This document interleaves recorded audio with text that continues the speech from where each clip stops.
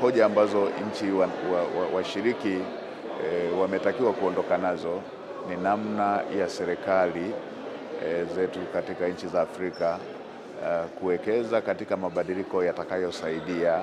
kuweza kuzitumia hizo fursa ambazo zimejadiliwa, mabadiliko ya kisera, mabadiliko ya kisheria na mabadiliko ya kiutawala, kwa maana ya utawala kama usimamizi wa kikodi, usimamizi wa mapato yasiyo ya kikodi, mifumo ya utawala wa kodi, pamoja na mifumo ya utekelezaji wa miradi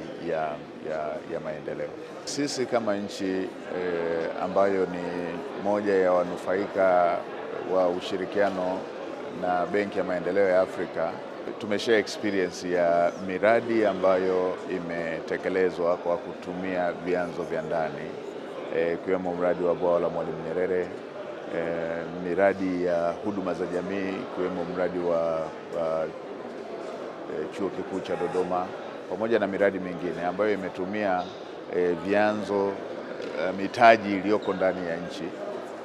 Ipo na miundombinu ambayo imetumia vyanzo vya ndani ya nchi, daraja la Kigamboni ikiwa ni mojawapo, hospitali ya Benjamin Mkapa.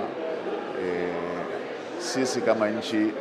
tumeshare hiyo experience, lakini pia tumeondoka na hilo la kuendelea kuimarisha sekta binafsi na upatikanaji wa vyanzo vya mapato vya ndani ya nchi, na katika hilo linaenda sambamba na hatua ambayo tayari Mheshimiwa Rais alishaichukua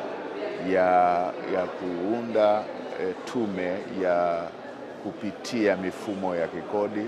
utawala wa kikodi, lakini pia na ukusanyaji na viwango vya kodi, ili kuweza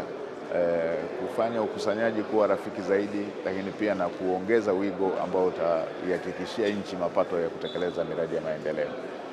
Na mapato haya yanayopatikana kuelekezwa